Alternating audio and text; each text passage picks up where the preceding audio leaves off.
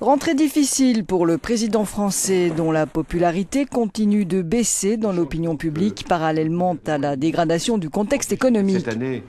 C'est devant ses enseignants que François Hollande a voulu lancer un message positif et un premier signe avec la création de 1000 postes dans l'éducation dès cette rentrée sur les 60 000 qu'il a promis de créer sur son quinquennat. J'estime que la refondation de l'école est l'une des conditions du redressement de notre pays, de son redressement productif, de son redressement moral.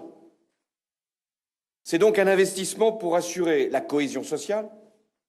C'est la mission de l'école, la lutte contre le chômage, et il y a urgence. L'urgence, c'est le chômage qui a dépassé pour la première fois depuis 13 ans la barre symbolique des 3 millions de demandeurs d'emploi.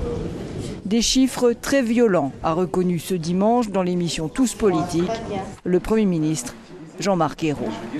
Si on ajoute les chiffres en métropole et en outre-mer, on est à 3 millions et que la situation est extrêmement préoccupante. Je ne veux pas être le Premier ministre d'un tournant de l'austérité parce que la politique que nous aurions engagée au début du quinquennat aurait été un échec. Non, la politique, elle est très claire depuis le début. Il faut retrouver des marges de manœuvre. Or, ces marges se rétrécissent. François Hollande s'est engagé à réduire le déficit de 4,5 à 3% en 2013 et il va devoir économiser 30 milliards d'euros dans le budget 2013. Or, la prévision de croissance à 1,2% l'an prochain est trop optimiste aux yeux des économistes.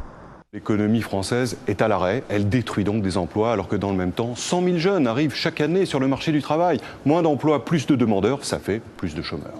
Pour y remédier, le Conseil des ministres vient d'approuver les emplois d'avenir.